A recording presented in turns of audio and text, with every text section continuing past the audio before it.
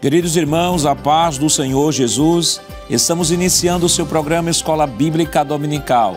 Seja muito bem-vindo, obrigado por nos deixar adentrar em sua casa, no seu trabalho, onde você estiver neste momento nos assistindo através do canal 14, em Recife, região metropolitana, e pelas repetidoras em todo o estado de Pernambuco.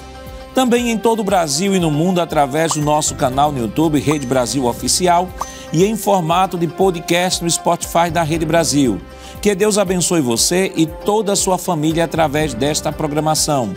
Hoje estudaremos a 5ª lição do trimestre com o tema A Dessacralização da Vida no Ventre Materno.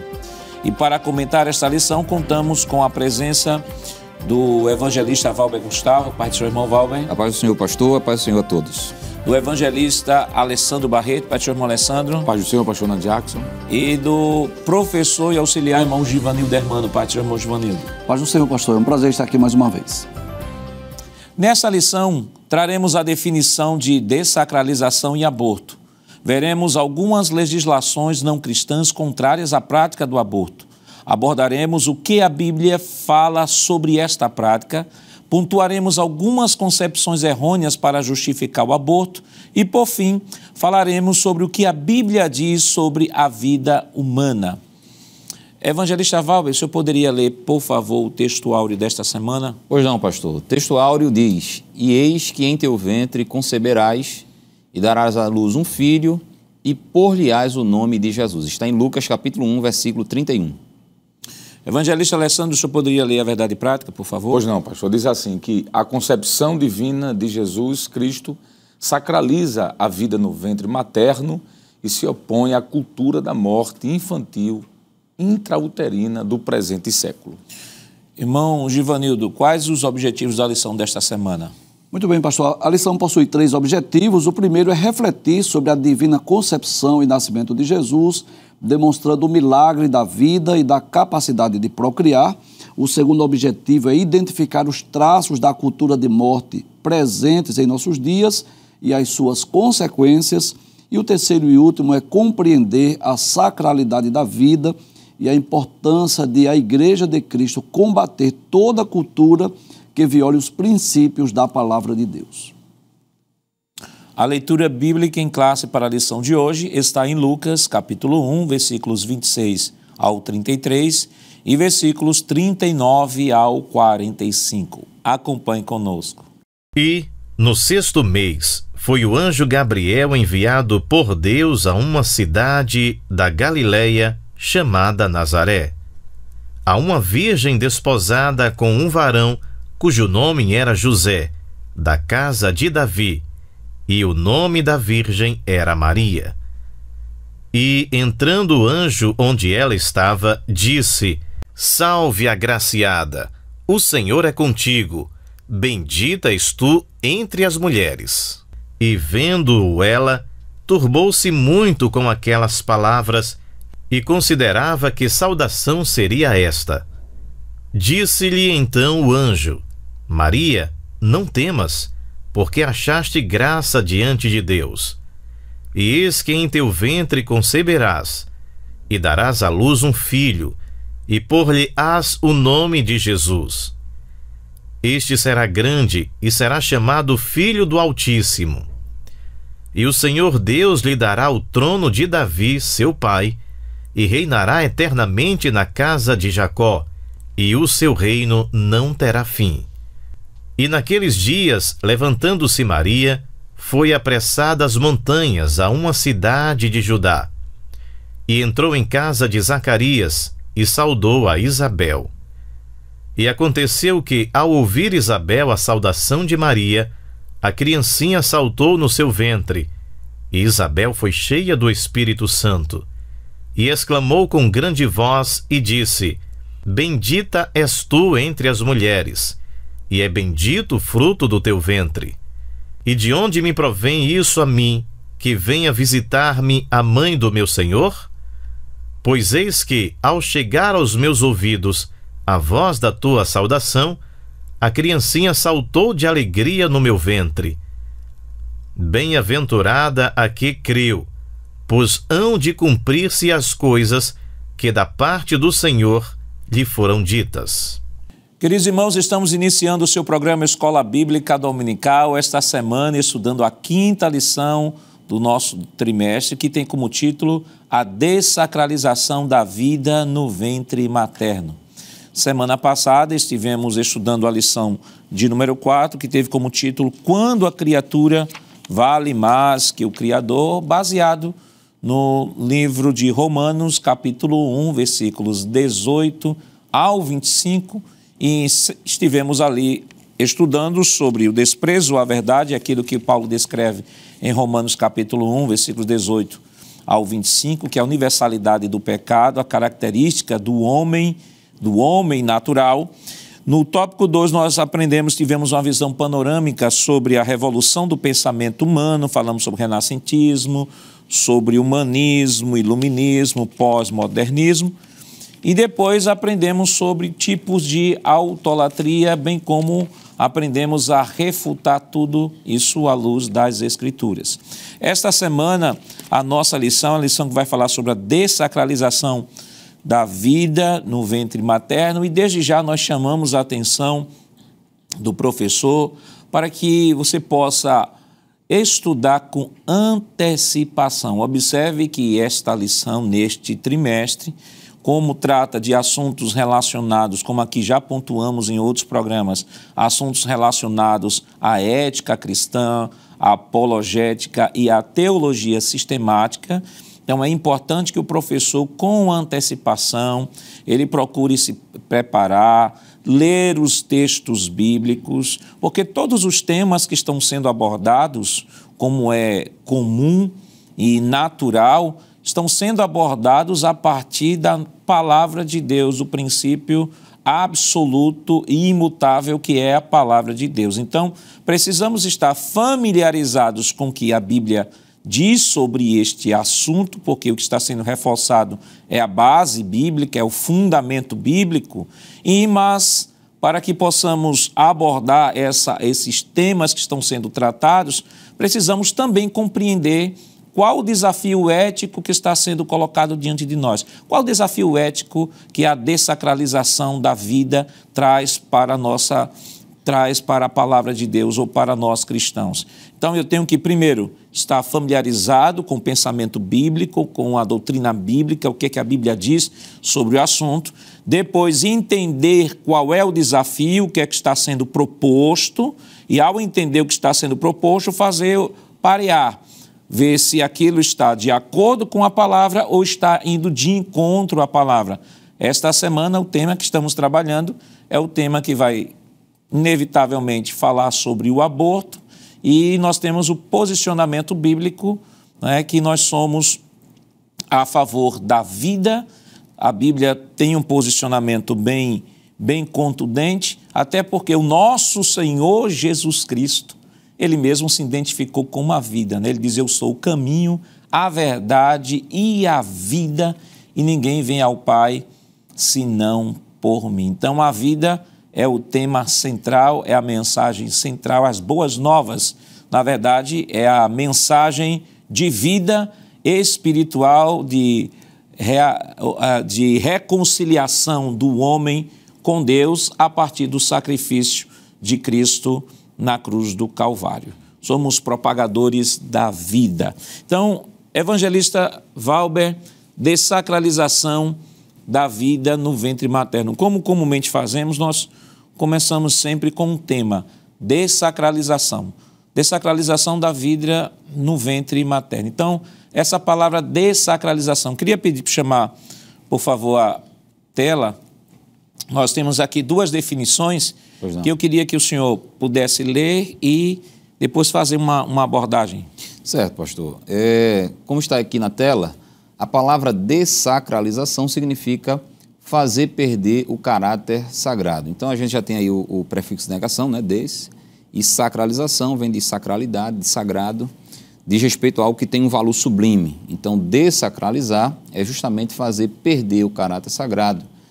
E também o dicionário online de português define dessacralização como secularização, desmitificação, fazer com que algo deixe de ser considerado sagrado, divino, inviolável, como o feticídio, cujo significado é a morte do feto. Então, não apenas a gente trata sobre o aborto, mas um termo correlato sobre o aborto seria justamente o feticídio, porque o aborto nada mais é do que o assassinato de um feto, de uma criança, de uma pessoa, não é? na vida intrauterina.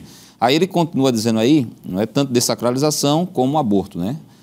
O verbo abortar, do ponto de vista médico, significa expulsar naturalmente o feto, e aí a gente tem a questão do aborto espontâneo, não é? E nós sabemos que não há como imputar nenhuma culpa à mãe ou a qualquer outra pessoa, porque ele acontece naturalmente, espontaneamente, sem a interferência de agentes ou fatores externos, não é? Mas, do ponto de vista médico, além de expulsar naturalmente o feto, também pode significar retirá-lo por meio artificiais, que é o aborto propriamente dito, não é? Contra o qual a Bíblia se posiciona de forma veemente. O aborto é chamado também de feticídio, como a gente acabou de dizer, que significa crime no qual, através do aborto provocado, diferente do aborto espontâneo, do aborto natural, ocorre a morte do feto, que se presume como com vida. Então, seria basicamente isso, pastor. Dessacralização da vida humana é fazer perder o valor sublime, o caráter sagrado da vida. Por que é que a gente está dizendo isso? Me permita confirmar isso com uma referência bíblica, porque a vida, ela tem origem em Deus.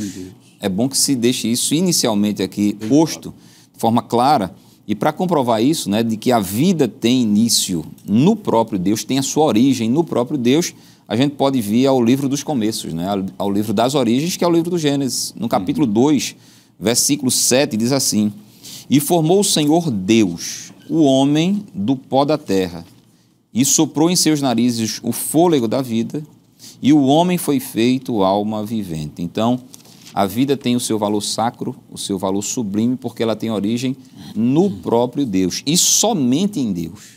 Por isso que Deus e somente Deus tem jurisdição sobre a vida. Então, somente Ele pode dar a vida, e somente Ele pode tirar a vida, porque somente Ele é o autor da vida. Por que a gente também, eu acho que é importante a gente pontuar isso inicialmente?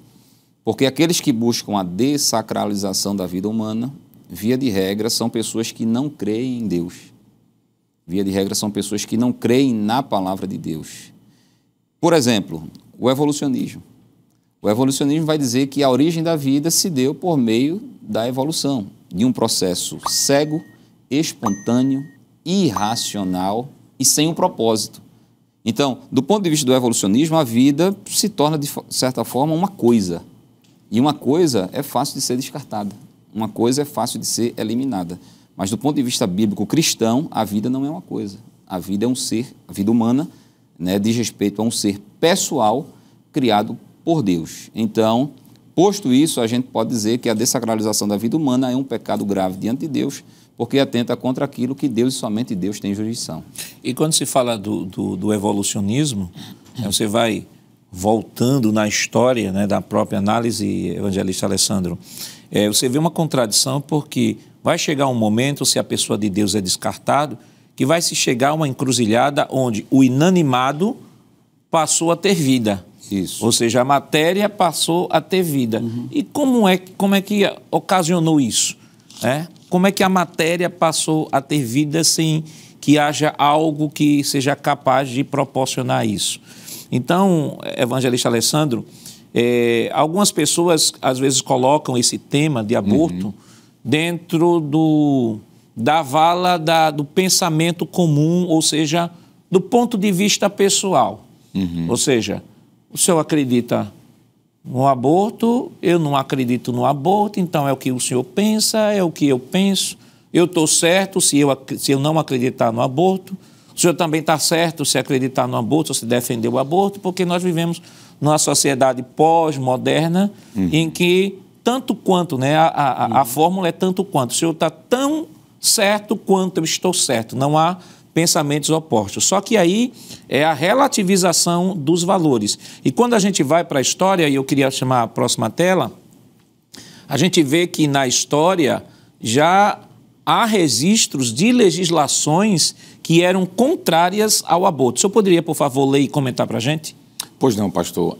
Eu penso que essa tabela que está sendo apresentada resume de forma muito prática e também objetiva e responde esse argumento dos pró-aborto ou pró-abortistas de que a defesa da sacralização da vida está num ambiente apenas cristão. Não, isso não é verdade. Quando nós vamos olhar, por exemplo, para as civilizações como os sumérios, os babilônios, os assírios, os hititas e até mesmo os próprios israelitas, que não estão dentro de um contexto, quer dizer, cristão, já que o cristianismo está a partir do 1º século, todas essas civilizações, pastor, elas sacralizavam a vida. Elas tinham a vida como algo sagrado e que deveria ser respeitado. Inclusive, essas civilizações que foram citadas como os sumérios eram super violentas. Mas quando tratava-se da questão do aborto, eles diziam, não, a gente não pode fazer isso. Isso é crime. E quem tratava o aborto como algo de nenhuma valia era punido por isso. Então, a superintendência, pastor, colocou essa tabela que tem uma importância interessante. O Código de Hammurabi, por exemplo. Só para situar as pessoas, Hammurabi foi um rei babilônico que veio muito antes de Nabucodonosor. Porque quando a gente fala da Caldeia, da Babilônia, a gente pensa logo em Nabucodonosor, não é? Isso. Mas antes de Nabucodonosor, muito antes, Nabucodonosor está por volta do século V antes de Cristo. Aqui nós estamos falando do século XVIII, ou seja, aproximadamente aí 1.200, 1.300 anos antes de Nabucodonosor existir. Mas nesse Código de Hammurabi já havia, pastor, a prescrição de que a vida no útero merecia ser respeitada. Inclusive, nesse código é feita a citação pelo apologista Norman Geisler, ou Geisler, como alguns preferem chamar, de que a mulher que induzisse o aborto seria punida. Não só ela, mas quem contribuísse para isso. Então, é uma citação de uma civilização que não é cristã, que era contrária ao aborto. Um outro exemplo é um rei persa também, Tiglat-Pileser. Ele é outro exemplo, o texto nos diz, citando ainda o mesmo autor já supracitado, de que ele punia as mulheres que fizessem o aborto. E a punição chegava a prisões, trabalhos forçados ou até mesmo a pena capital. Veja a severidade e a seriedade que esse rei, mesmo sendo pagão, digamos assim, olhava para a vida.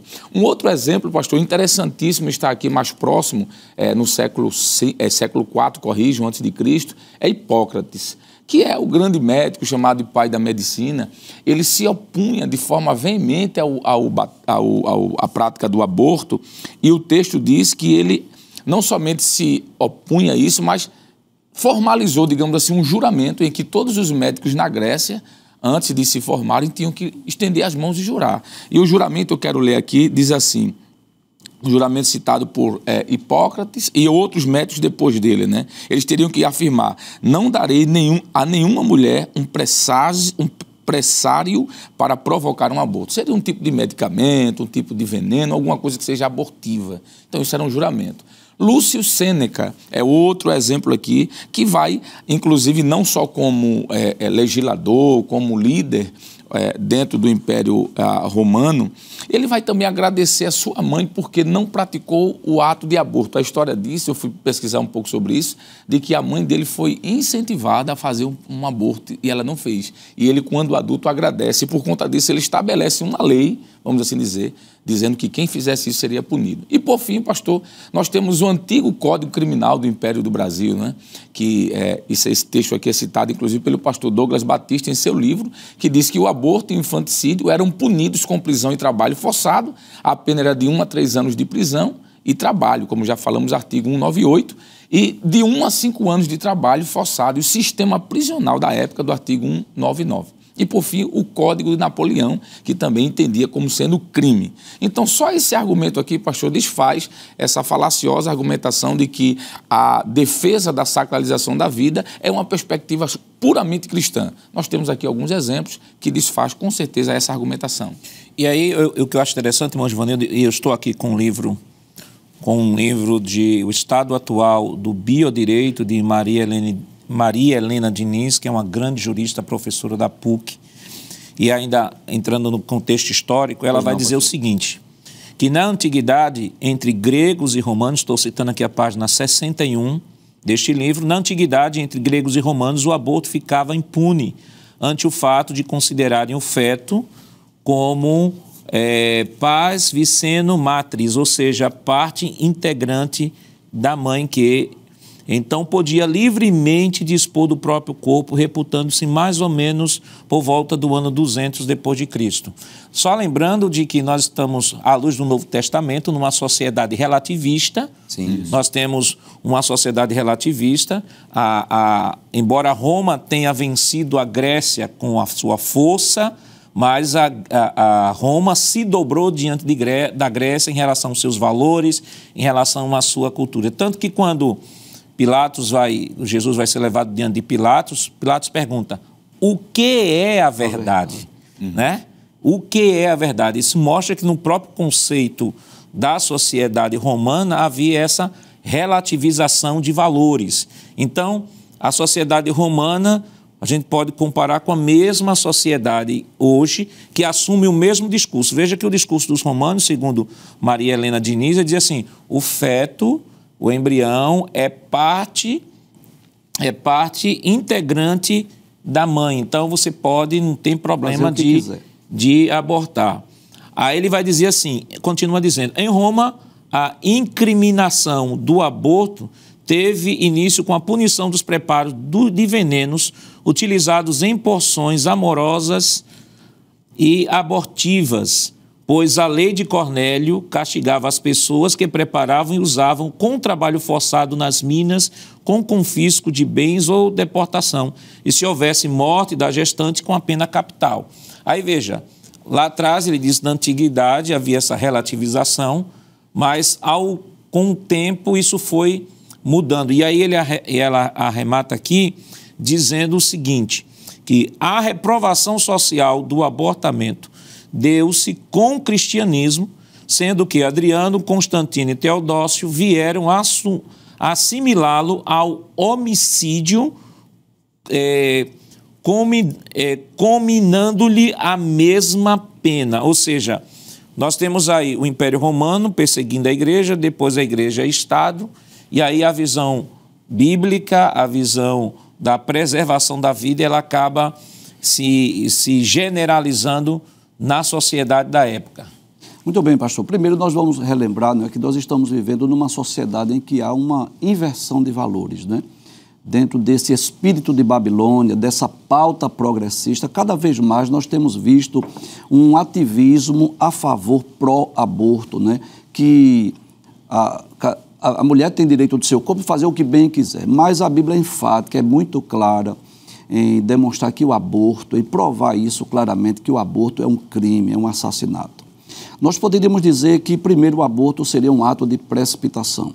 Olha, se alguém não quer filho, então não tenha as relações sexuais ou use métodos preventivos. Então, primeiro, houve um ato de precipitação. Segundo, é um ato de egoísmo. Geralmente as pessoas querem abortar porque aquele filho vai trazer sequelas, problemas financeiros, econômicos ou até de estética mesmo, pensando em si, não pensando na vida. Terceiro, eu poderia dizer que o aborto é um ato de privação. É alguém que deixa de exercer o privilégio de ser mãe, que é uma dádiva de Deus. Nós 4 aqui somos pais, não é? O senhor tem uma filha, o senhor tem um casal, eu tenho 3 e o senhor tem 4. E nós sabemos o prazer, o privilégio de ser pai. E um privilégio muito maior, ser mãe, dar à luz, gerar filho, amamentar, cuidar do filho. Então, é um ato de privação, alguém que quer se opor a um privilégio dado por Deus. Abortar é um ato de ingratidão. É Deus dar a dádiva a alguém de ser mãe e essa pessoa querer impedir essa dádiva de Deus. É um ato de incredulidade, às vezes, as pessoas estão preocupadas com o futuro, com amanhã, o que vai ser do meu filho e a situação financeira, econômica, será que eu vou ter condições? Enfim, é um ato de incredulidade. É um ato de querer corrigir um erro com outro erro. Olha, se houve uma falha, houve um erro, se foi um filho mal planejado ou não planejado, aí quer corrigir com outro erro, que seria o aborto. Mas, acima de tudo, à luz da Bíblia, o aborto é um assassinato. É um ato de covardia, é tirar a vida de um ser, de uma criança inocente, que está, um feto ou um embrião, que está em fase de formação, que ela não tem como pedir por socorro, ela não tem a quem clamar, ela não tem a quem recorrer. e é um ato de covardia. E eu quero me dirigir aqui, pastor, pedindo a permissão ao senhor e aos demais, para falar desse assunto dentro de dois prismas. O primeiro é o prisma corretivo. Bem, é possível que nós estejamos sendo assistidos por mulheres que no passado cometeram algum aborto, e a gente vai dizer para essas pessoas que isso não é um pecado imperdoável. Se recorrer a Deus, pedir perdão, misericórdia, Deus está pronto a perdoar. Mas, principalmente, nós estamos falando aqui no ato preventivo, que se houve uma gravidez indesejada, mas o fato de abortar não justifica. Torno a dizer mais uma vez, a vida é sagrada, nós vamos perceber que Deus deu ao ser humano esse privilégio de gerar um ser semelhante a ele. E no ato da fecundação, nós vamos perceber que há uma participação humana, não é? A célula reprodutora masculina com a célula reprodutora feminina, não é? O espermatozoide e o óvulo que se juntam e dali surge a célula ovo ou zigoto que vai dar início a uma vida. Isso é uma ação humana, a reprodução, uma dádiva, um privilégio dado por Deus. Mas nós não podemos esquecer disso, que há também uma ação divina, não é? Eu posso citar o caso de Adão, né, que Deus formou o homem do pó da terra e depois ele sopra em suas narinas, dando-lhe o fôlego da vida. E aquele fôlego da vida, nós entendemos isso, que o homem recebe uma substância espiritual e material, sua alma e o seu espírito. E corroborando e ao mesmo tempo encerrando essa minha fala, eu quero fazer uso de um texto lá, lendo um texto de Zacarias, capítulo 12 e o versículo 1, que diz assim: peso da palavra do Senhor sobre Israel. Fala o Senhor, o que estende o céu, o que funda a terra e que forma o espírito do homem dentro dele. Então, no ato da fecundação, há uma participação humana, não resta dúvida disso, mas, acima de tudo, uma participação divina. E nós cremos nisso, que a partir do momento da fecundação, ali já é uma vida. Ali não é parte do corpo da mulher, é uma vida que está dentro de outra vida. E nós consideramos, sim, à luz da Bíblia, que o aborto é um assassinato e é um ato de extrema covardia. Me permita, pastor, só um adendo, né? Ainda com considerações iniciais, estamos no primeiro bloco. Mediante tudo que a gente ouviu, principalmente a fala do evangelista Alessandro, nós entendemos que essa dessacralização da vida humana no ventre, né? Ou seja, o aborto em si, ele não é apenas uma negação de Deus, ele não é apenas uma negação da palavra de Deus, dos princípios da palavra de Deus. Ele é também uma negação da própria humanidade, do próprio senso comum, da própria consciência. Porque, veja, não apenas a Bíblia versa sobre isso, mas, como o evangelista Alessandro falou, de personagens e civilizações que condenavam veementemente o aborto, embora não tenham conhecimento de Deus nem da palavra de Deus. Por quê? Porque eles tinham uma consciência. E o apóstolo Paulo diz isso em Romanos capítulo 2, não é? No versículo número 14, ele faz aqueles trocadilhos, não é? Que somente ele sabia fazer. A mente de Paulo era uma mente que funcionava na velocidade da luz, mas ele dizia o seguinte, Romanos 2 e 14, porque quando os gentios, ou seja, os pagãos, os não crentes, aqueles que não têm a palavra de Deus como norte, não temem a Deus, porque quando os gentios que não têm lei fazem naturalmente as coisas que são da lei, não tendo eles lei, para si mesmos são lei. Ou seja, eles agem naturalmente, cumprindo princípios da palavra de Deus, embora não conheçam a palavra de Deus. E por que é que eles fazem isso? Porque Deus colocou em cada um deles uma consciência moral. Sim. Está no versículo número 15, os quais, os gentios, mostram a obra da lei escrita no seu coração, testificando juntamente a sua consciência e os seus pensamentos, quer acusando-os, quer defendendo-os. Então, a dessacralização da vida humana não é apenas a negação de Deus e da sua palavra, mas é a negação da própria humanidade. Os que defendem o aborto, estes sim, são os verdadeiros negacionistas. E negar a realidade é um exercício muito penoso. Negar a realidade é o que a gente pode chamar de insanidade. Tanto é que essa proliferação dessa consciência abortista, não é, dessa mentalidade abortista, vem talvez do século XX para cá se intensificando. Mas antes disso, mesmo os não crentes, na sua maioria, abominavam isso. Então, essa questão da dessacralização da vida humana diz respeito também à negação do próprio senso comum, da própria consciência da própria humanidade. Isso está na natureza humana, né? Eu lembro um vídeo que vi num debate que houve na ONU e que uma mulher pró-aborto, né, foi pedir desculpas a uma representante de uma etnia africana que estava lá. Pedir desculpa porque essa ideia religiosa da sacralização da vida e acabou destruindo vocês, que tiraram de vocês o direito de abortar e tal. E começou a pedir desculpas a ela porque houve uma colonização religiosa na mente daquela sociedade. Aí aquela representante da determinada etnia da África disse ao contrário. Vocês é que estão tentando colonizar isso na nossa mente, porque na nossa sociedade e na nossa língua e nas línguas da África não existem, das tribos, não existem a palavra aborto. Porque isso é um valor tão caro à sociedade que não se tem nem a ideia de se pensar de uma mãe realizar algo como esse. Então, isso vai dentro disso aí, porque até as sociedades primitivas, mais primitivas, que seja mais antigas, que seja, quando eu digo primitiva, estou falando em termos de antiguidade, que não tiveram contato com a civilização ocidental, esses valores, basta dar uma viajada aí na antropologia, esses valores não existiam, porque o valor da vida, o nascer, a mãe, haviam sociedades matriarcais que valorizavam essa questão da vida. Então, evangelista Alessandro, a gente não tem até, tanto como já vimos aqui, de maneira introdutória, tanto na história, como na Constituição, como na cultura, no âmbito natural, você não tem como justificar essa ideia do aborto.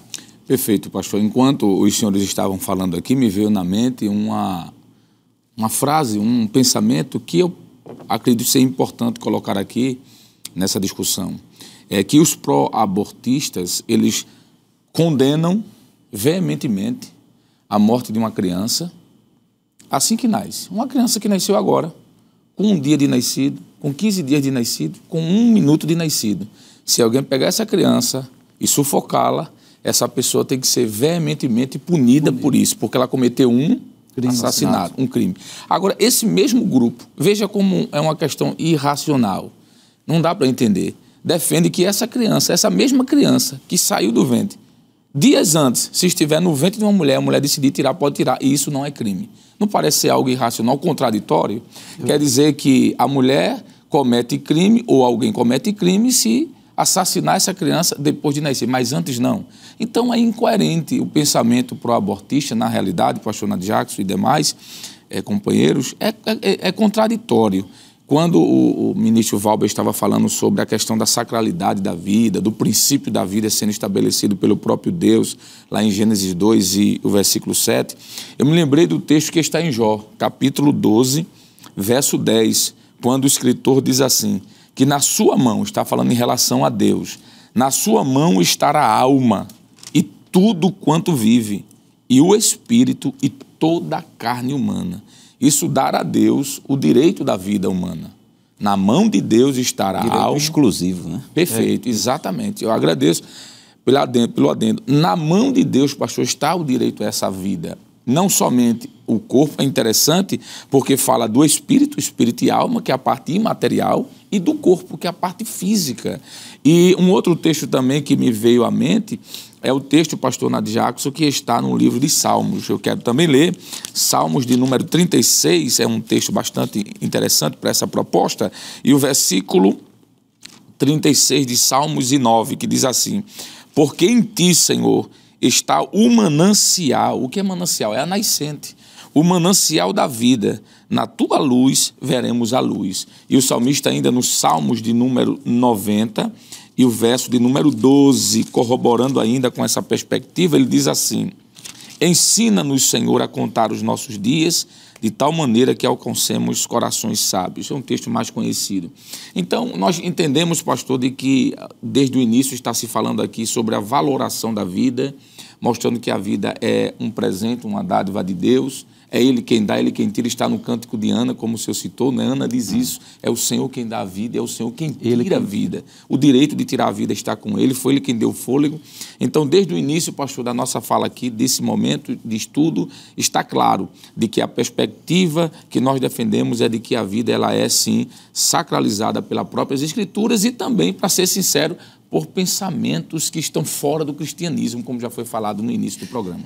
E o professor pode perceber a quantidade de textos, né, que estão sendo citados para fundamentar a nossa visão, ou a visão, melhor dizendo, a visão bíblica sobre o assunto, mas não há nada melhor do que falar sobre a sacralização da vida e ter como exemplo o nascimento do Senhor e Salvador Jesus Cristo. Mas isso nós estaremos comentando depois do nosso rápido intervalo. Voltamos já.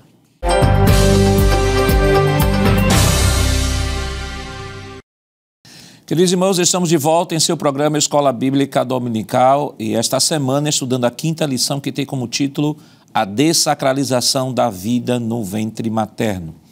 E no bloco anterior nós trouxemos aqui a definição de aborto, a definição de dessacralização, passeamos um pouquinho assim, uma visão bem panorâmica pela história e desenvolvemos a partir de textos que foram citados. É importante que o professor possa depois rever os textos que foram citados, anotar, estudar os textos, que são textos que fundamentam a nossa defesa a favor da vida, que é um bem inquestionável, inegociável. E nós falamos no bloco anterior, nós comentamos aqui, de que a vida começa na concepção, porque aí fora, no mundo relativizado, alguns vão dizer, não, a vida não começa na concepção, a vida começa quando se forma o cérebro, outros dizem, não, a vida começa como se formam os ossos, outros dizem, não, a vida começa quando se forma todos os nervos, toda a parte neurológica, e cada um vai falando, até outros dizerem que a vida, de fato, só é vida depois do nascimento. Só que nós acreditamos perfeitamente à luz da Bíblia e dos textos que foram citados, vamos citar outros textos, que a vida, ela inicia na concepção. Aliás, isso não é só um pensamento, como dizem fora, dos religiosos. Este é um pensamento que encontra respaldo nas mais diversas áreas. Nós citamos aqui, eu queria ler rapidamente aqui um trecho da obra de O Estado Atual do Biodireito, de Maria Helena Diniz, da editora Saraiva. Ela é professora da PUC de São Paulo, tem mais de 40 livros escritos na área, sobretudo de direito civil, e veja o que ela diz na página 56 do seu livro, no capítulo que fala sobre microbioética, questões ético-jurídicas. Veja o que ela diz na página 56, no 3º parágrafo. Abre aspas. Se a vida começa no momento preciso da fecundação do óvulo pelo espermatozoide, como já está comprovado pela genética, medicina e biologia, e se desde a concepção a qualquer médico é possível seguir e observar o maravilhoso desenvolvimento da vida humana, podendo perceber que o feto é um ser humano com todos os seus caracteres, terão de ser-lhes outorgados todos os privilégios e direitos, respeitando-se-lhe, sobretudo, a vida, que deve ser inviolável e respeitada por todos. Então, em vez de lutar para conseguir leis que rompam com a norma anti-abortiva, por que não batalhar em prol da vida?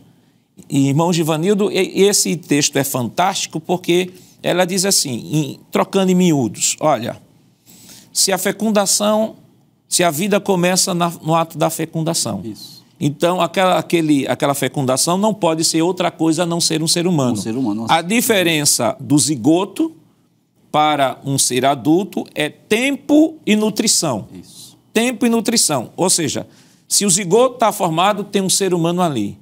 Que a diferença vai ser o tempo e nutrição. Vai ter o tempo que ele vai se desenvolver. Ou seja, se tem um ser humano, ele já deve estar amparado por todas as prerrogativas e direitos que um ser humano possui. Exatamente. Então não há como contra-argumentar isso, porque o zigoto não pode ser outra coisa senão um ser humano. Exato. Inclusive, pastor, no Salmo de número 139, que é um dos salmos belíssimos da Bíblia, que fala sobre a onisciência de Deus, a onipresença de Deus, o salmista diz algo muito interessante a partir do verso 13. Eu quero ler na Bíblia Viva.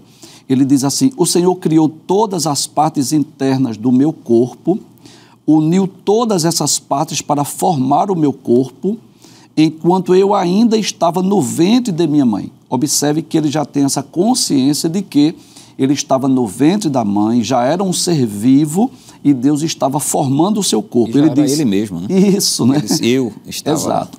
Ele diz: agradeço ao Senhor por me ter criado de maneira tão perfeita e maravilhosa. Então, é como se, embora que o objetivo deste salmo seja falar da onisciência de Deus, o Deus que conhece todas as coisas, mas é como se, em certo aspecto, o salmista tentasse pensar em quem ele era lá no ventre materno.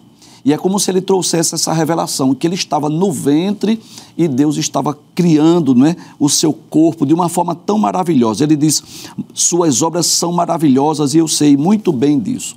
E nós vamos perceber, né, alguns exemplos bíblicos de pessoas que foram chamadas por Deus quando ainda estava no ventre. Não é claro que isso faz parte da onisciência de Deus. Nós temos um exemplo muito conhecido, que é o exemplo de Jeremias, quando foi chamado por Deus para ser um profeta, que ele disse que não sabia falar, porque era ainda uma criança. Aí o Senhor diz assim: antes que eu te formasse no ventre, eu te conheci, e antes que saísses da madre. Ou seja, ele já era um ser vivo, mas não tinha ainda saído da madre. Ele diz: te santifiquei e as nações te dei por profeta. Então nós cremos sim que a partir do ato da fecundação já passa a ter ali um ser vivo. Então, a mulher costuma dizer, não é, que ela é dona de si, meu corpo, minhas regras, e eu quero dizer que, em certo aspecto, sim, você tem um direito, a pessoa tem um direito de fazer sua tatuagem, se mutilar, pintar, cortar o cabelo, enfim, mas o que está dentro não é parte do seu corpo, é uma outra vida. E o ser humano será responsável por suas ações diante de Deus. Nós aprendemos em mordomia cristã que um dia nós vamos prestar conta de Deus, não é? Diante de Deus, de tudo aquilo que Ele nos deu. Então nós vamos prestar conta, por exemplo, da nossa mordomia do tempo, da família, das finanças, e inclusive as mães irão prestar conta como ela tratou aquele ser vivo, aquele bebê, aquela criança que estava no seu ventre, aquele feto, aquele útero, não é? Que estava no seu útero, aquele embrião que estava. Então nós cremos sim que esse ser vivo, ele já inicia no ato da concepção. E o professor Alessandro, o evangelista Alessandro, estava falando, né, dessa contradição que esses discursos dos pró-abortistas, e é muito simples a gente fazer uma pergunta. Todas essas pessoas que são pró-aborto, a favor do aborto, eles só estão defendendo essa causa porque não foram vítimas de aborto. Isso. Porque se eles tivessem sido vítimas de aborto, eles nem existiam.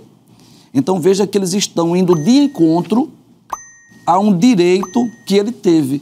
Ele teve o direito de nascer, ele teve o direito de viver. E agora eles estão indo de encontro a esse direito, querendo privar o direito de outras vidas. Vamos chamar a próxima tela, né, do primeiro tópico, a concepção de Cristo. Evangelista, nada melhor do que falar sobre a sacralidade da vida a partir do nascimento e a encarnação de um Deus santo. O que é que a gente pode comentar? Pois não, pastor. Estamos aqui, não é, inicialmente desse segundo bloco, falando que a vida ela começa quando da sua concepção. Não é? Nós defendemos isso veementemente à luz da Bíblia e também à luz da boa ciência. Não é? O senhor acabou de citar não apenas essa obra do direito, mas há especialistas, médicos, biólogos, obstetras, não é? Que defendem veementemente o início da vida quando da sua concepção. E o exemplo mais sublime deles é, sem sombra de dúvida, o exemplo de Jesus, Jesus de Nazaré. Não é? O professor Givanildo citou esse texto do profeta Jeremias, ele me chama muito a atenção, não é? Porque Deus diz, antes que eu te formasse no ventre. Então, Jeremias existia, por assim dizer, na onisciência divina. Mas ele diz, não apenas na sua onisciência, no passado, antes mesmo da concepção, mas ele te formasse no ventre. Ou seja, quando da sua concepção. Tu, Jeremias, agora um adulto, existias quando eu te formei no ventre. E depois, quando saísses da madre. Então, Jeremias passa a existir na formação do ventre, na concepção, obedece a todas as etapas da gestação. Depois ele sai da madre, não é? A sua mãe tem um parto. E ele agora é um adulto. Então, ele era tão Jeremias, adulto, profeta, quanto era quando da formação do seu ventre, quando da sua concepção. O mesmo acontece com Jesus de Nazaré. Não é? O anúncio está na leitura bíblica em classe, eu queria só fazer menção, em Lucas capítulo 1, claro que nós não vamos ler todos os versículos, mas a partir do versículo 26 é um texto maravilhoso, não é? É sempre bom a gente revisitá-lo. 1:26 diz, e no 6º mês foi o anjo Gabriel enviado por Deus a uma cidade da Galiléia chamada Nazaré. A uma virgem desposada com um varão, ela estava prometida em casamento, mas ainda não tinha se casado, ainda não tinha tido relações, intimidade com José, cujo nome era José, da casa de Davi, e o nome da virgem era Maria. E entrando o anjo, onde ela estava, disse, salve agraciada, o Senhor é contigo, bendita és tu entre as mulheres. Só uma observação, Maria teve o privilégio de ser a mãe do Salvador da humanidade, né, de receber essa concepção miraculosa, não porque ela merecia, mas porque ela foi agraciada. De forma que Maria não é cheia de graça, mas a Maria é agraciada por Deus. Então, aquilo que aconteceu não por mérito, mas por graça. Não é? A gente ama Maria, respeita Maria, mas ela está no seu devido lugar enquanto humana, não é? E meramente humana. Versículo 29, e vendo ela, turbou-se muito com aquelas palavras e considerava que saudação seria esta. Disse-lhe então o anjo, Maria, não temas porque achaste graça diante de Deus, mais uma vez. E aí o versículo 31, né? que é o texto áureo. E eis que em teu ventre conceberás, e darás à luz um filho, e por-lhe-ás o nome de Jesus. Então, o anjo está anunciando uma concepção, né? Ainda que virginal, mas uma concepção. E aí, é interessante que Jesus, ele se humaniza, sendo a segunda pessoa da Santíssima Trindade, e ele se humaniza na sua integralidade. Espírito humano, alma humana e corpo humano a partir da sua concepção. Jesus verdadeiramente se humanizou. É o que está lá em Filipenses, né, no capítulo 2, versículo 6, que diz que sendo em forma de Deus, não teve por usurpação ser igual a Deus, e o versículo 7 diz, mas aniquilou-se a si mesmo, tomando a forma de servo, fazendo-se semelhante aos homens. Então, o Deus que criou o homem à sua imagem e semelhança, agora está se fazendo a imagem e semelhança do homem na sua integralidade. E isso começa a acontecer quando dá concepção, não é? Somente para encerrar essa minha fala aqui, em Mateus capítulo 1, versículo número 18, é interessante as palavras, não é, que são utilizadas para mostrar que Jesus foi concebido no ventre, passou a ser humanizado quando da concepção. Sim. E não antes disso. Claro que essa concepção não foi o resultado da intimidade de um homem com a mulher, porque aí Jesus teria nascido com o pecado original, ele não seria divino, e o seu sacrifício na cruz do Calvário não teria a validade que teve. Não é? Mas em Mateus, e eu encerro agora, no capítulo de número 1 e o versículo de número 18, há uma expressão belíssima que diz o seguinte, ora, o nascimento de Jesus Cristo foi assim, estando Maria, sua mãe, desposada com José, antes de se ajuntarem, antes de terem intimidade, achou-se ter concebido do Espírito Santo. Então, a vida, sem sombra de dúvida, começa quando da concepção, e o exemplo mais sublime disso é a encarnação do Verbo, que foi concebido pelo Espírito Santo no útero de Maria. E essa humanização enobreceu ainda mais a humanidade. Isso. Não é? E se a gente pode defender a sacralidade da vida humana, a gente tem que defender principalmente a partir da concepção virginal do nosso Senhor e Salvador Jesus Cristo. Se tem uma vida humana que foi preciosa, foi a vida de Jesus quando da sua concepção. E aí ele obedeceu, né? Todos os estágios da gestação até a sua morte na cruz do Calvário. Eu queria pedir permissão, pastor, para um detalhe que eu considero importante, é que Maria não pediu nenhum sinal, mas o anjo deixou um sinal. Disse, olha, a tua prima, Isabel, que era estéril, ela está grávida e esse é o 6º mês da sua gestação. E ela vai visitar Isabel, sua prima, né, que já estava grávida há 6 meses, e ela não sabia, naquela época não tinha rede social, né? Então, quando ela vai visitar Isabel, aí Isabel, ela diz a seguinte expressão, E aconteceu, está no texto da leitura bíblica em classe, sendo os versículos 41 e 42. E aconteceu que, ao ouvir Isabel a saudação de Maria, como que diz assim, ou de casa, a criancinha saltou no seu ventre, que foi, no caso aqui, João Batista, e Isabel foi cheia do Espírito Santo. A Isabel agora, sem que ela soubesse da aparição do anjo Gabriel a Maria, também ela não sabia, ela exclamou com grande voz e disse, bendita és tu entre as mulheres, ou seja, você é uma mulher bem-aventurada, uma jovem, porque foi escolhida por Deus, e diz, e bendito é o fruto do teu ventre. Ela não disse que será bendito quando nascer, bendito é. Então, e claro, o fruto do ventre era Jesus, que já estava gerado no ventre de Maria. E o versículo 43, pastor, me permita, ele diz, ela diz, né, Isabel, e de onde me provém isso a mim? Que venha visitar-me a mãe do meu Senhor. Então, Maria já era mãe, porque o que estava no seu ventre, apesar de ter acabado de ser concebido, já era um filho. Já era uma vida. Já era uma vida, já era uma pessoa. Né? Glória a Deus. Evangelista Alessandro, nós temos aí, de modo geral, falamos sobre a miraculosa concepção de Jesus, e aí é importante até abrir um parêntese aqui, que o nascimento de Jesus, a concepção, ela foi sobrenatural. Não tem que ninguém ficar discutindo, né, se foi o óvulo de Maria com gameta do Espírito Santo, ou se foi colocado já o zigoto já formado. Bem, milagre não se explica. Então, foi de maneira sobrenatural.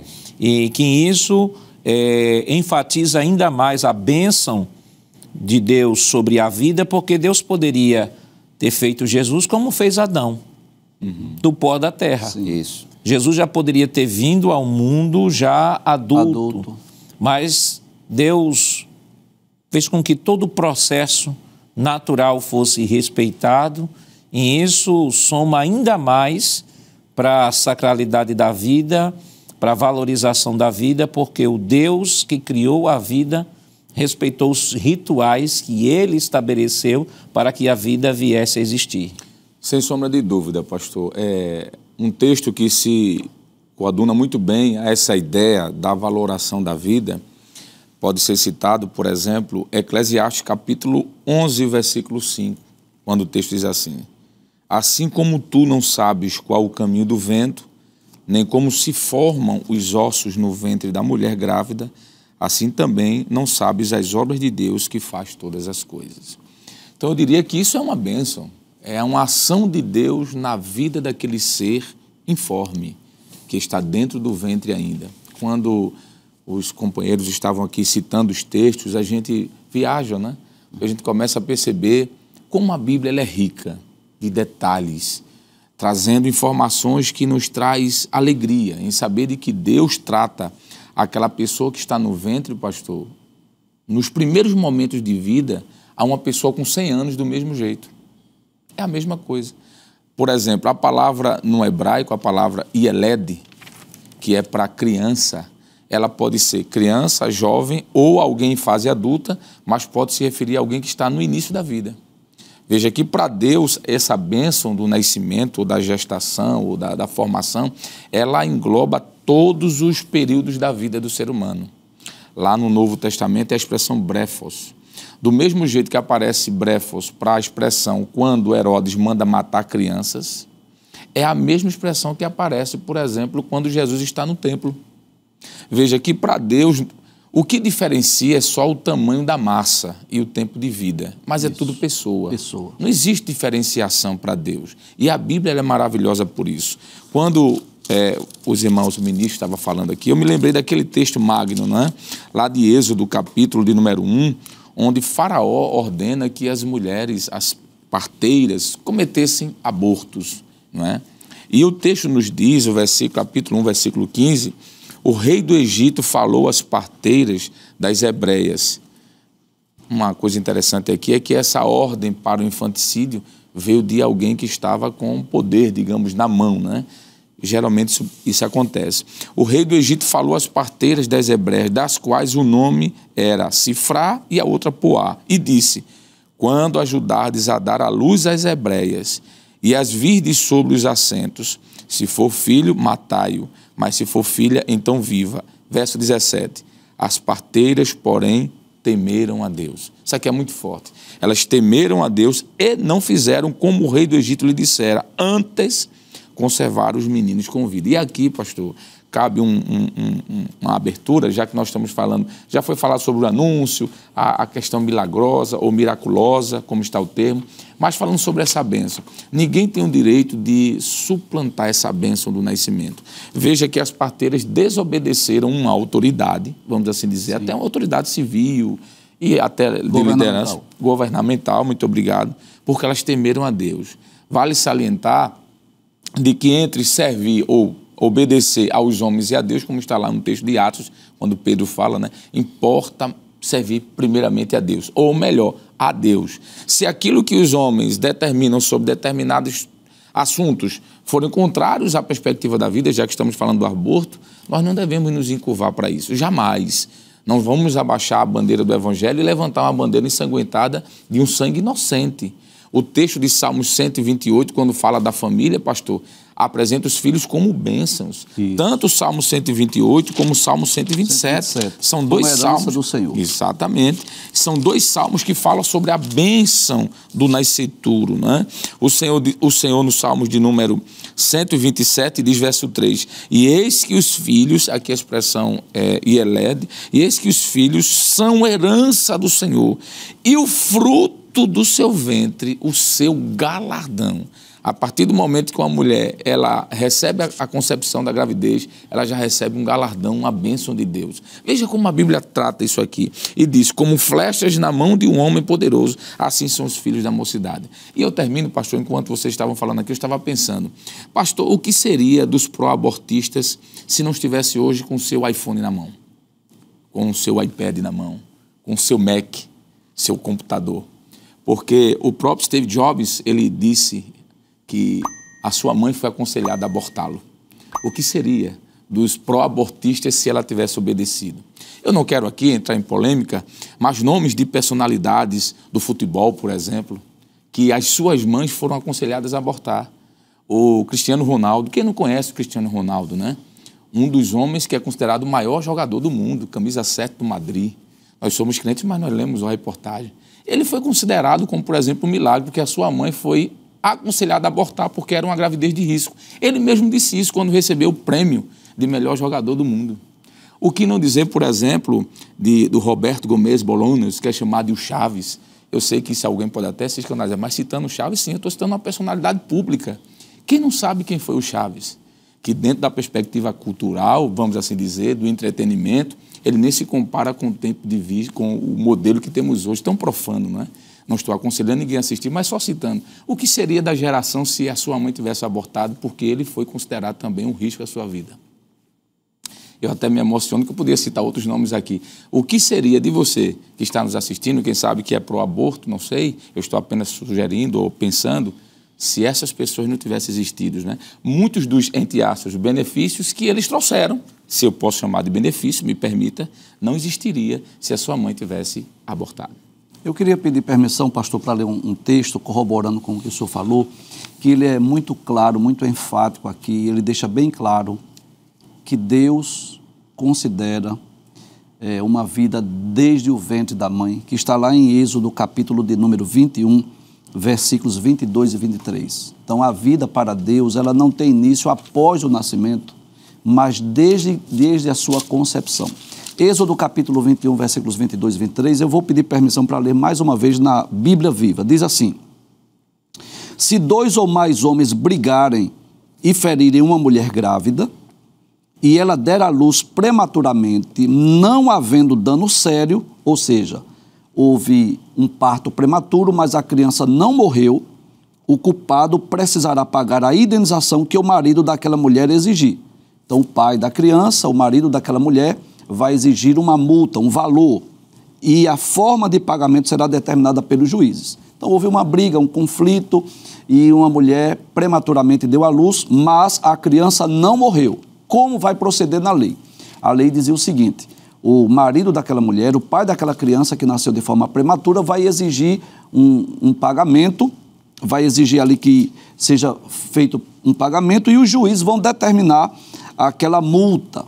Mas observe o versículo 23. Mas se houver danos graves, ou seja, se aquela criança morrer, então o castigo será vida por vida, olho por olho, dente por dente, mão por mão, pé por pé, queimadura por queimadura, ferimento por ferimento, golpe por golpe. Ou seja, se dois homens estiverem brigando, por exemplo, estou falando da lei, e aquela mulher teve uma criança prematura, foi atingida, mas aquela criança não morreu, nasceu prematuramente, então vai se pagar uma multa, o juiz vai dizer, você vai pagar X.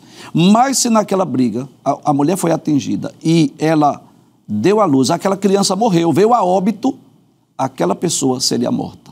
Então, para Deus, o valor da vida não começa quando a criança nasce, mas desde a sua concepção no ventre da mãe. E, pastor, só para concluir, se me permite, eu citei personagens do mundo secular, mas deixa eu citar um personagem do mundo cristão, Billy Graham. Eu lembrei, ele certa vez em uma mensagem disse, um dia aconselhar a minha mãe me abortar. O que seria do evangelho sem as grandes cruzadas evangelísticas de Billy Graham? É um exemplo que também se coaduna com a ser. E aqui nós temos o decálogo, né? Êxodo 20, versículo 13.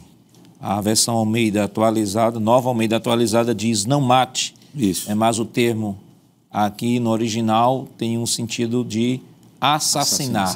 Não assassinarás. Exatamente. Mas quais os principais pensamentos ou ideologias que buscam desenvolver ou ir na contramão da defesa da vida? E como podemos, a partir da Escritura, refutá-los? Mas isso nós estaremos comentando depois do nosso rápido intervalo. Voltamos já.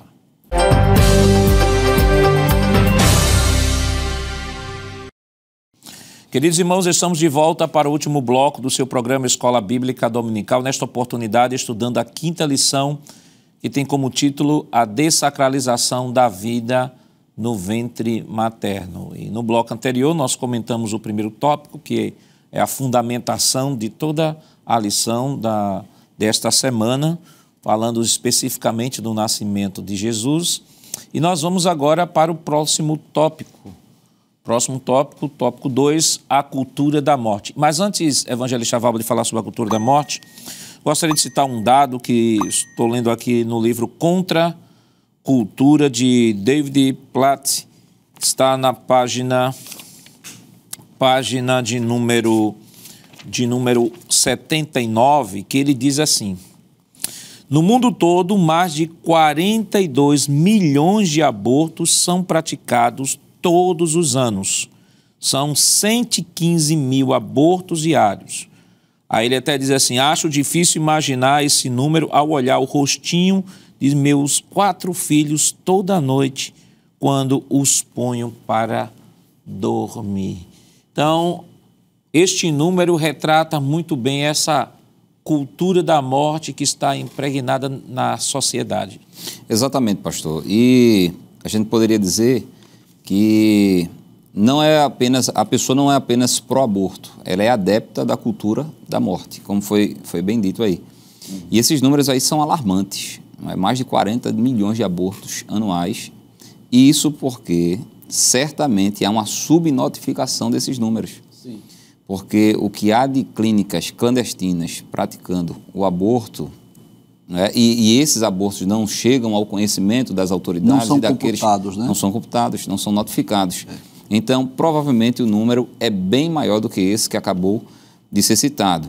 E tudo isso por conta de projetos ideológicos malignos, né, que são defendidos por uma minoria, né, pensante, gênios do mal, que tem um poder de influenciar toda a sociedade global, né? Seja por meio da indústria cinematográfica, seja por meio da grande mídia, seja por meio dos centros universitários. Então, lamentavelmente, esses adeptos da ideologia pró-abortista têm tido muito espaço na sociedade atual, nessa sociedade pós-moderna, né? E dentro dessas ideologias há alguns postulados, né? Alguns tópicos, há algumas concepções, né, que são diferentes entre si, mas que culminam com a realização do aborto.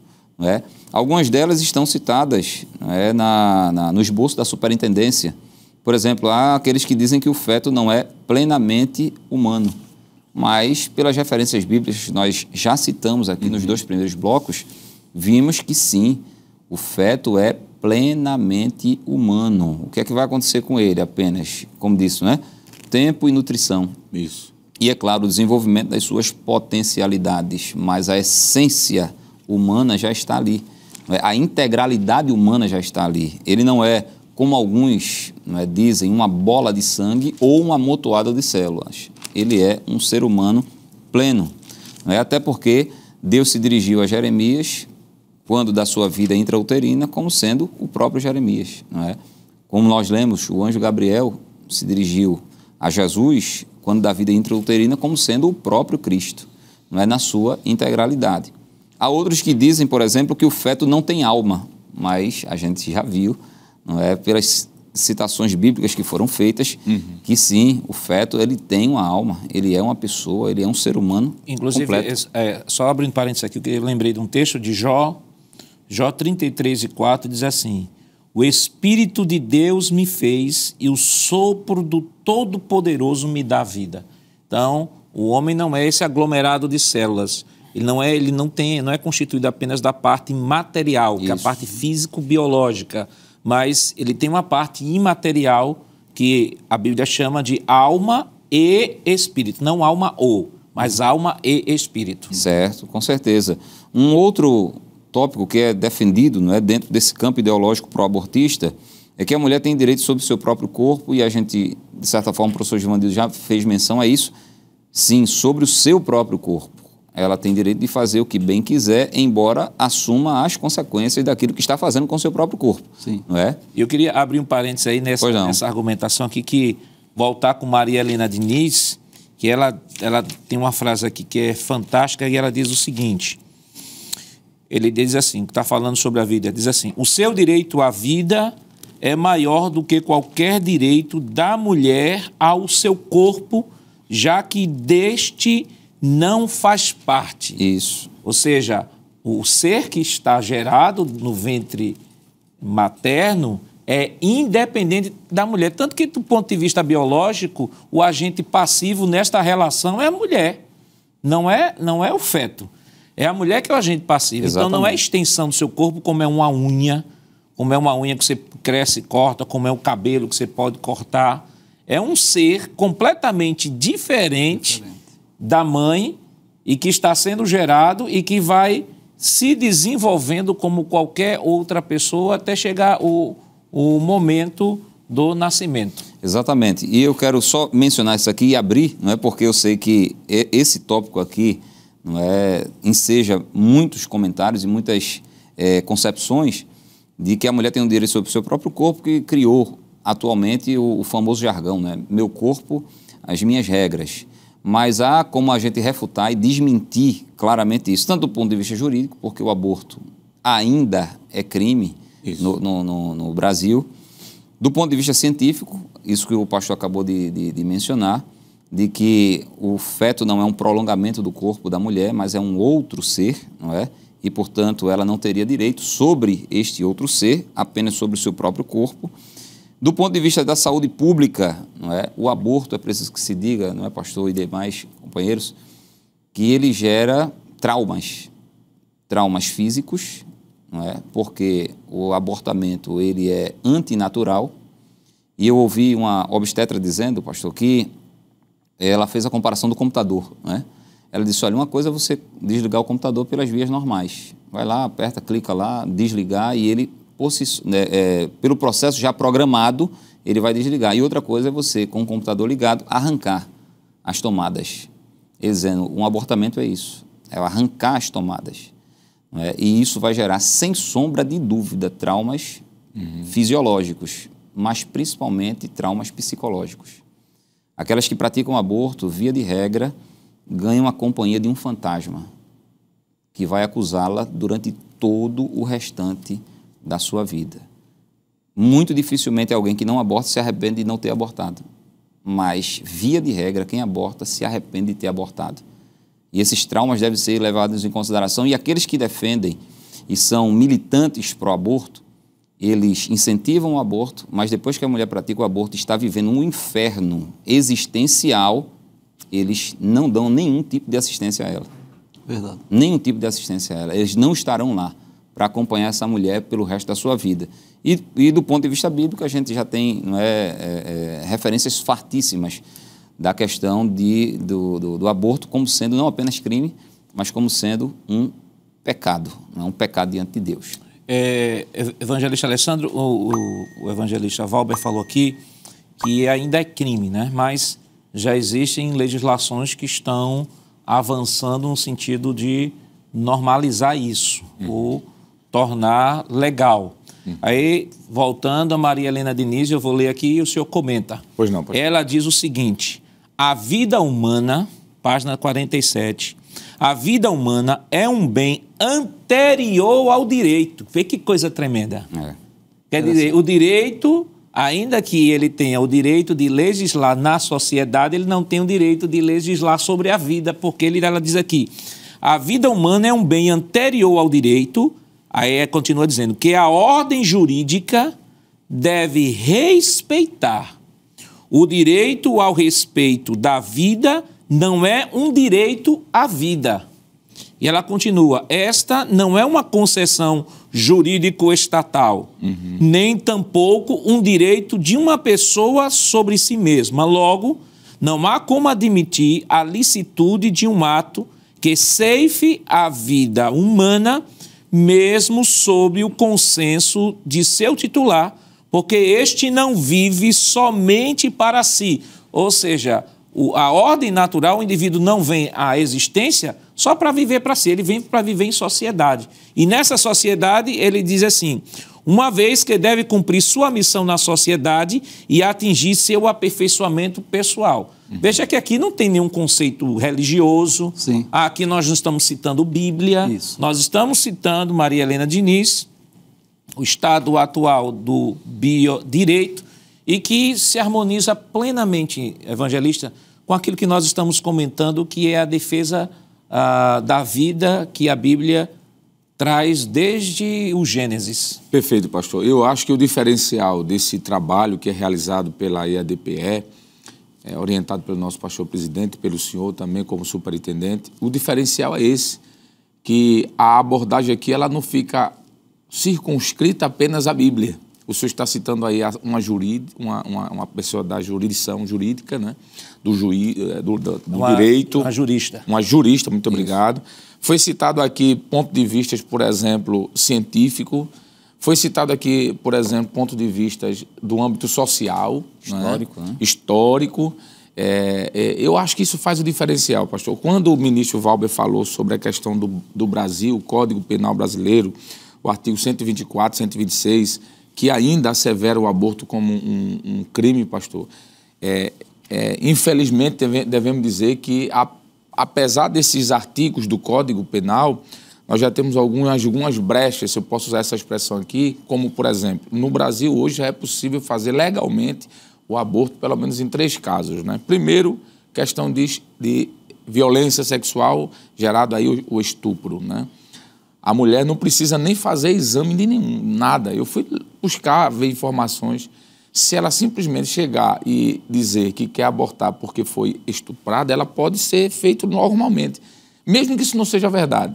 E o entendimento da Suprema Corte do Brasil hoje é que a mulher não precisa fazer nenhum tipo de exame porque ela já foi constrangida com o que aconteceu.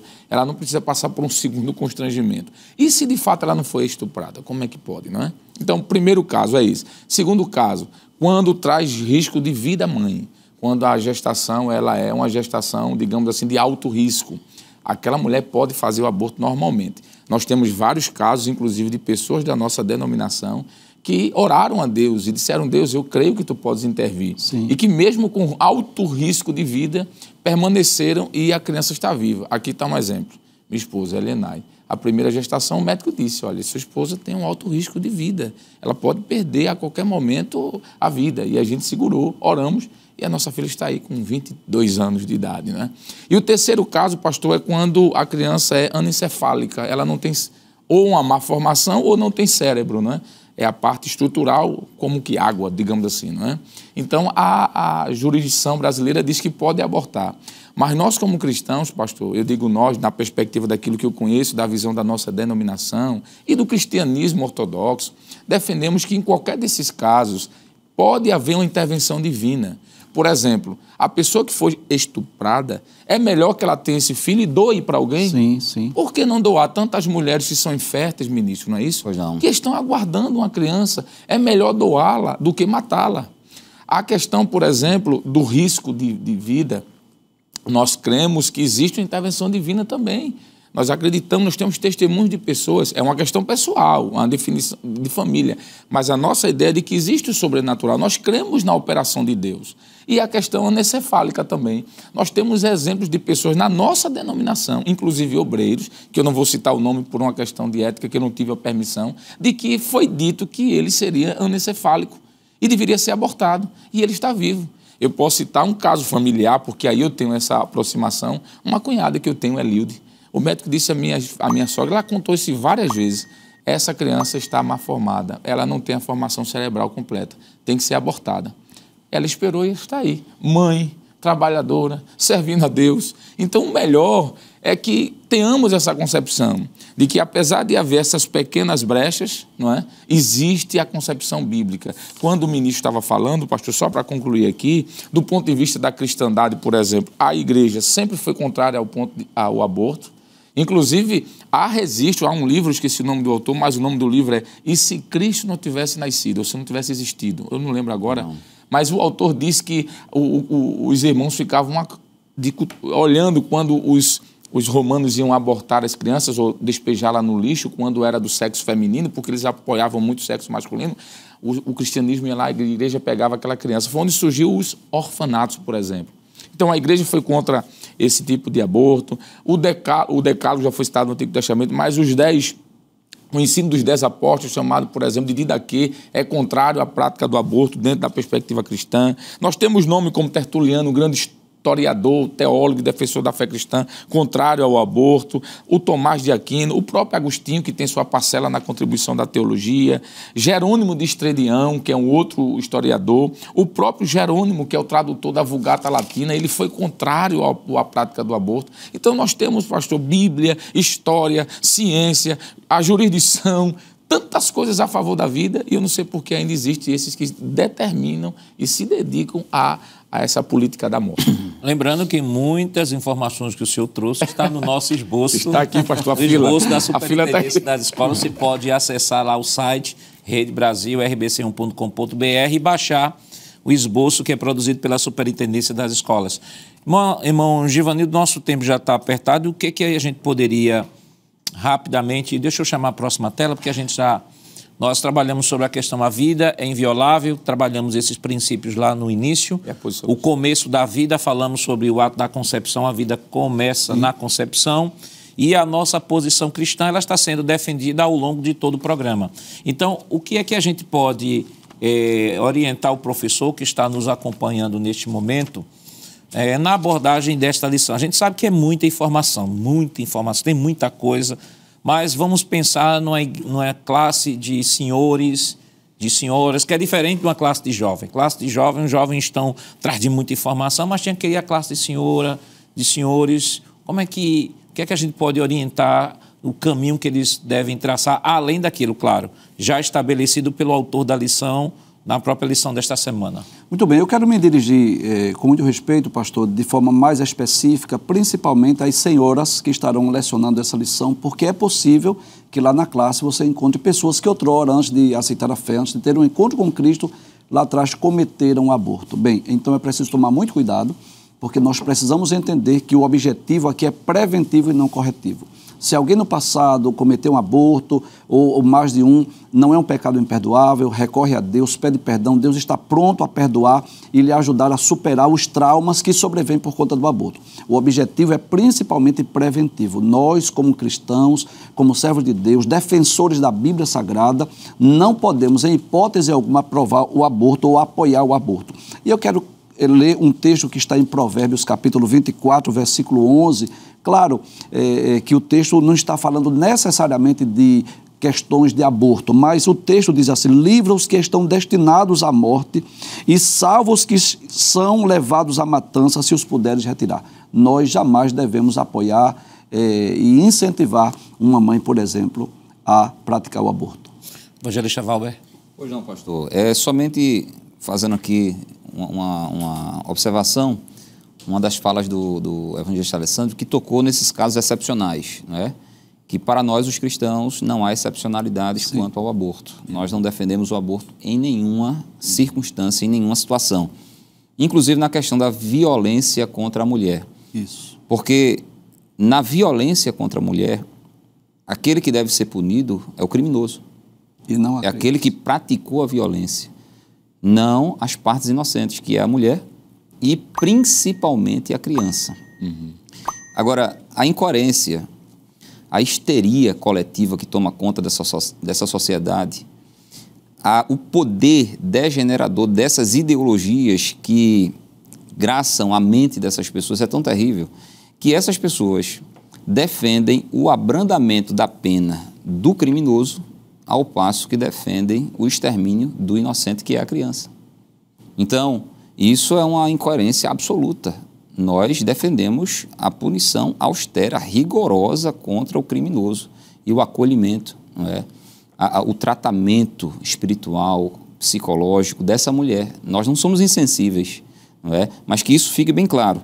Mas, pastor, somente com considerações finais, por tudo que nós vimos aqui, defender a vida e não ser pró-aborto não é só uma questão de cristianismo, é uma questão de humanidade.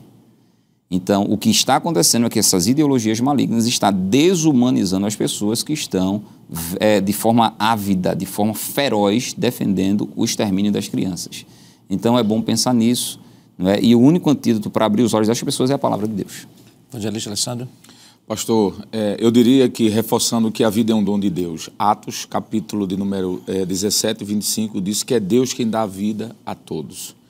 É impressionante pensar como existem leis que ordenam a prisão de pessoas porque derrubou uma árvore e leis que afrouxam a vida de uma pessoa que matou uma criança. Matou mesmo, como o senhor disse no texto lá de Êxodo, não assassinarás. E o texto de Coríntios, quando Paulo escreve sua carta aos Coríntios, ele diz: ficarão de fora os que tais cometem. Aí tem várias coisas, e uma das é os homicidas. É uma questão tão séria que tem a ver com a questão soteriológica, futura. Não estou dizendo alguém que cometeu e se arrependeu, como foi dito, mas alguém que cometeu, defende e faz isso cotidianamente. Então, é bom lembrar que a vida é de Deus, é um dom de Deus, a vida humana ela é sagrada, já foi dito aqui em Gênesis 1:26, e por fim, que a vida humana, pastor, deve ser respeitada e protegida em todas as instâncias. Então, do ponto de vista bíblico, não tem o que se questionar a posição. A Bíblia fala sobre a sacralidade da vida, a inviolabilidade da vida. E aqui, para fechar com Maria Helena Diniz, ela diz na página 48 do seu livro, diz o seguinte: garantido está o direito à vida pela norma constitucional em cláusula pétrea, ou seja, a cláusula pétrea é algo que não pode ser modificado, é a base. E ela continua dizendo, aí cita artigo 5º da Constituição, e diz que é intangível, pois contra ela nem mesmo há o poder de emendar, ou seja, você não pode modificar sobre hipótese nenhuma, porque está na nossa Constituição. Não só está na Bíblia, mas está na nossa Constituição o direito à vida, à inviolabilidade à vida, porque, como Maria Helena Diniz disse, é um direito constitucional, norma constitucional, é uma cláusula pétrea. Que Deus continue nos abençoando em nome de Jesus. Queridos irmãos, depois de uma lição tão maravilhosa, vamos orar ao Senhor. Evangelista Valber, nos dê a honra. Pois não, pastor. Vamos orar. Pai, no nome de Jesus, nós te louvamos, te agradecemos, Senhor, por estudo desta lição. Esse tema tão sensível, Senhor, tão delicado, mas que, como todos os demais temas, encontra o seu respaldo na Bíblia Sagrada. Abençoa cada um de nós, Senhor, cada um dos dirigentes, cada um dos professores que vão tratar deste assunto. Que eles façam isso guiados pelo Espírito Santo e totalmente limitados, Senhor, dentro dos limites da palavra de Deus. Trata, Senhor, vidas, e como foi dito aqui por um dos teus servos, que ele sirva para prevenir muitos de caírem nessa tragédia, nesse abismo, Senhor. Nós te pedimos a tua bênção sobre o pastor da igreja, sobre a superintendência e sobre todos nós, Pai, em nome de Jesus. Amém. Chegamos ao final do programa de hoje, onde estudamos a 5ª lição com o tema A Dessacralização da Vida no Ventre Materno. Na próxima semana veremos a 6ª lição com o título A Desconstrução da Masculinidade Bíblica. O programa Escola Bíblica Dominical vai ao ar na TV toda sexta-feira às 21h30 e no sábado às 16 horas. Também está disponível no formato de podcast no Spotify e em nosso canal no YouTube Rede Brasil Oficial. Acesse o canal, se inscreva, ative o sininho e compartilhe nossa programação. Obrigado por sua companhia e até o próximo programa. Que a graça do nosso Senhor Jesus Cristo, o amor de Deus nosso Pai, a comunhão do seu Santo Espírito estejam com todos hoje e para sempre. Amém.